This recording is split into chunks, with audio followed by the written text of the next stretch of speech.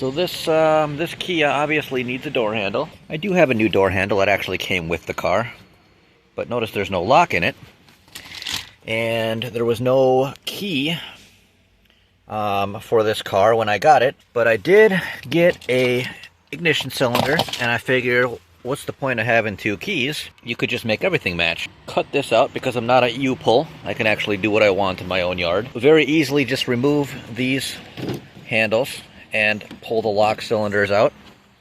So I can pull passenger, driver, and trunk lock cylinder, put them in this car, and then this whole car will be on one matching key, and it will be more user-friendly to whoever I sell this car to, or for as long as I have it before I sell it. After I grab whatever I want, this thing is going to go off to scrap, and that will be that. Okay, so I have the new door handle, new lock installed in this door, and we are going to simulate the door as if it was closed and latched. And it is in the lock position right now, so nothing happens. We'll put it to the unlock position, and you can see that latch releases. So it's always a good idea to make sure that everything you've done works and is functional before you close it, and then it can be a real pain to try to get it to release again if there's something wrong. So what are these horn-looking things, you might ask?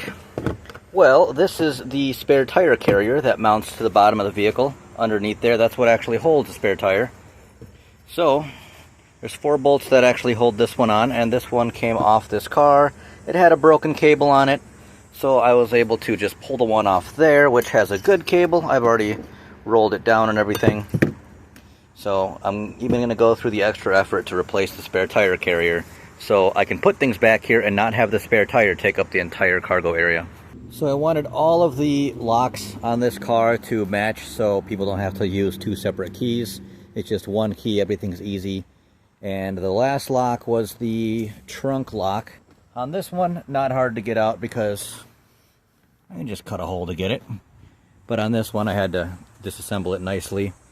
You can see this is the one that came out of it, and it actually doesn't look bad, and it works, and I have a key for it, which is actually this key.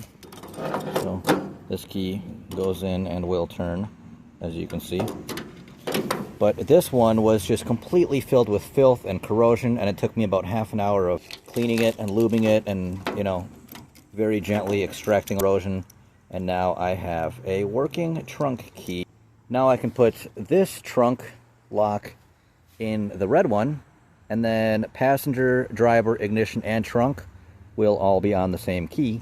Okay, so I made one critical error.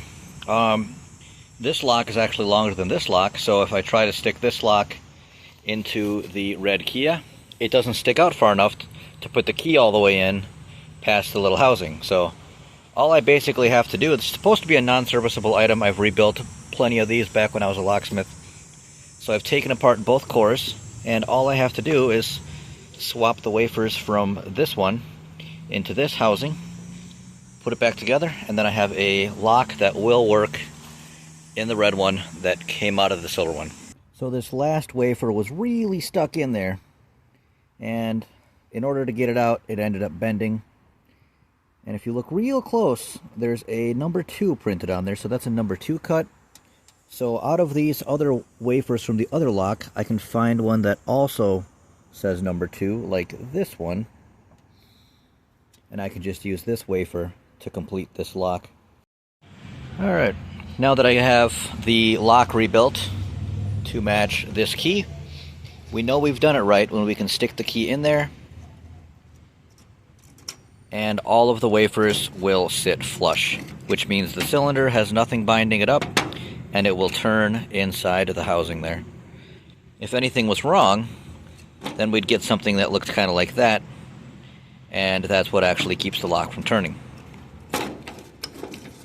But we rebuilt it right, so we can put it back together, and now we have a trunk lock for the Kia.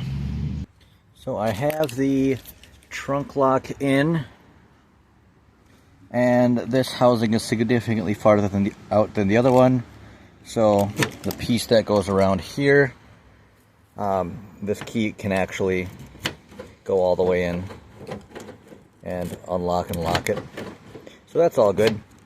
But the tab for here ended up breaking. So I have this 90-second setting epoxy stuff. I'm gonna try it out.